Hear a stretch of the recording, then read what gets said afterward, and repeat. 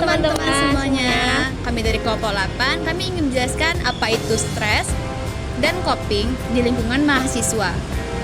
Sebagai mahasiswa, tentu kita sering mengalami stres dan coping seperti tugas menumpuk, deadline, dan berbagai tuntutan lainnya yang kadang membuat kita merasa tertekan. Nah, melalui video kali ini kami ingin menjelaskan apa itu stres, dampaknya, penyebabnya, serta cara mengatasinya. Kali ini saya akan menjelaskan materi tentang pengertian stres dan stres akademik. Stres adalah respon fisik maupun psikologis seseorang terhadap tekanan atau tuntutan yang dianggap membebani. Dalam kehidupan mahasiswa, stres sering muncul ketika tuntutan akademik terasa terlalu berat dan sulit diatasi. Stres akademik dapat berasal dari tugas kuliah, ujian, persaingan nilai, presentasi, hingga tekanan dari lingkungan sekitar. Namun sebenarnya, stres tidak terlalu berdampak buruk. Dalam keadaan tertentu, stres bisa menjadi motivasi agar kita lebih disiplin dan bertanggung jawab. Menurut teori Richard Lazarus dan Susan Folkman, stres terjadi ketika seseorang merasa tuntutan yang dihadapi melebihi kemampuan dirinya. Oleh karena itu, penting bagi mahasiswa untuk memahami cara mengelola stres agar tidak berdampak negatif pada kesehatan mental maupun prestasi akademiknya. Baik, sekian materi dari saya. Yang kedua, faktor penyebab stres pada mahasiswa. Mahasiswa dapat mengalami stres karena berbagai faktor. Salah satu penyebab utama adalah banyaknya tugas dan deadline yang harus diselesaikan dalam waktu singkat. Selain itu, tekanan untuk mendapatkan nilai yang baik juga sering membuat mahasiswa merasa cemas dan takut gagal. Jadwal kuliah yang padat, kurangnya waktu istirahat, serta kesulitan memahami materi juga menjadi penyebab stres akademik. Tidak hanya faktor akademik, masalah pertemanan, organisasi, ekonomi, dan tuntutan dari orang tua juga dapat menambah tekanan pada mahasiswa. Ditambah lagi kemampuan manajemen waktu yang kurang baik sering membuat tugas menumpuk sehingga stres menjadi semakin berat. Karena itu, mahasiswa perlu belajar mengatur prioritas dan menjaga keseimbangan antara kuliah, organisasi, dan waktu istirahat. Terima kasih. Stres pada mahasiswa dapat dikenali melalui beberapa tanda, baik tanda fisik, emosional, pikiran, maupun perilaku. Dari segi fisik, mahasiswa yang mengalami stres biasanya mudah lelah, sakit kepala, sulit tidur, dan pola makan yang tidak teratur. Tubuh juga bisa terasa lemas saat menghadapi ujian atau presentasi. Dari segi emosional, stres sering ditandai dengan rasa cemas, mudah marah, sedih, dan kehilangan semangat belajar.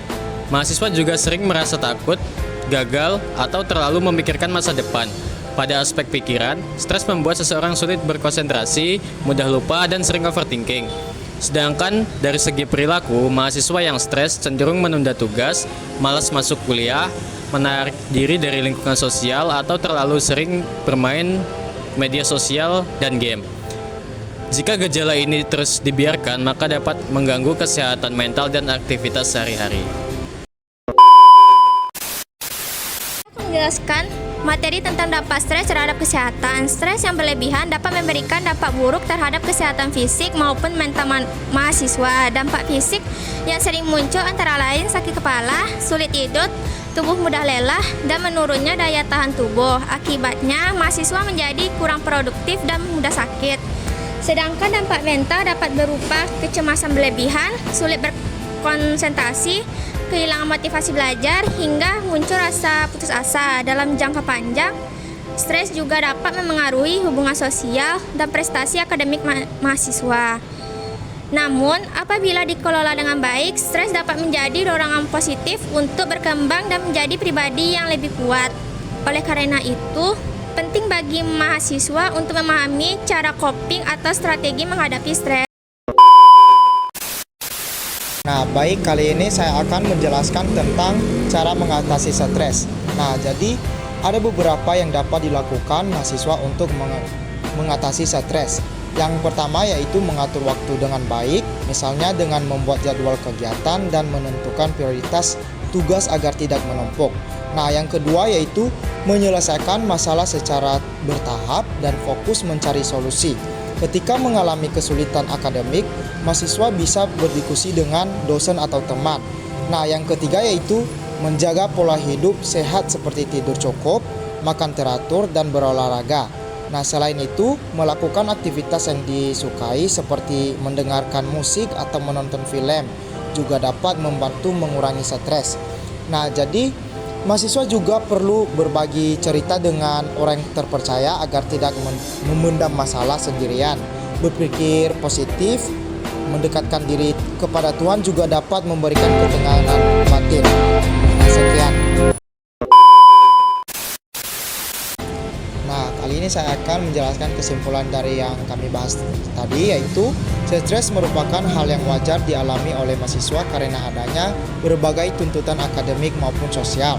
Stres dapat muncul akibat tugas yang menumpuk, tekanan nilai, kurangnya manajemen waktu, hingga masalah lingkungan sekitar.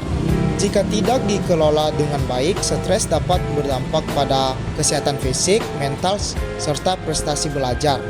Namun, stres juga dapat menjadi dorongan positif apabila dihadapi dengan cara coping dengan tepat, seperti mengatur waktu, berpikir positif, beristirahat cukup, melakukan aktivitas yang disukai, dan mencari dukungan dari orang lain terdekat. Oleh karena itu, penting bagi mahasiswa untuk memahami kondisi dirinya dan mampu mengelola stres secara sehat agar kesehatan mental dan kualitas belajar tetap terjaga.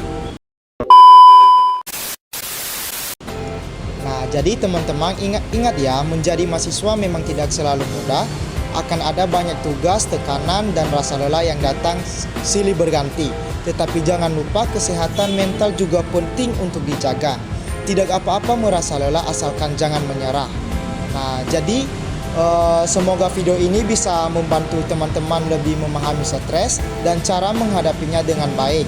Tetap semangat menjalani perkuliahan, percaya pada kemampuan diri sendiri, dan jangan ragu mencari bantuan ketika merasa kewalahan. Saya mewakili kelompok 8 mengucapkan terima kasih untuk menonton video kami. Sampai jumpa di video berikutnya dan tetap jaga kesehatan mental kalian. Bye-bye. Baik, sekian materi dari kelompok 8. Saya ucapkan terima kasih.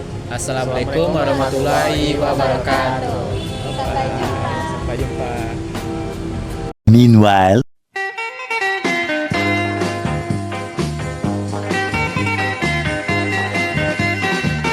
Hey, hey, hey.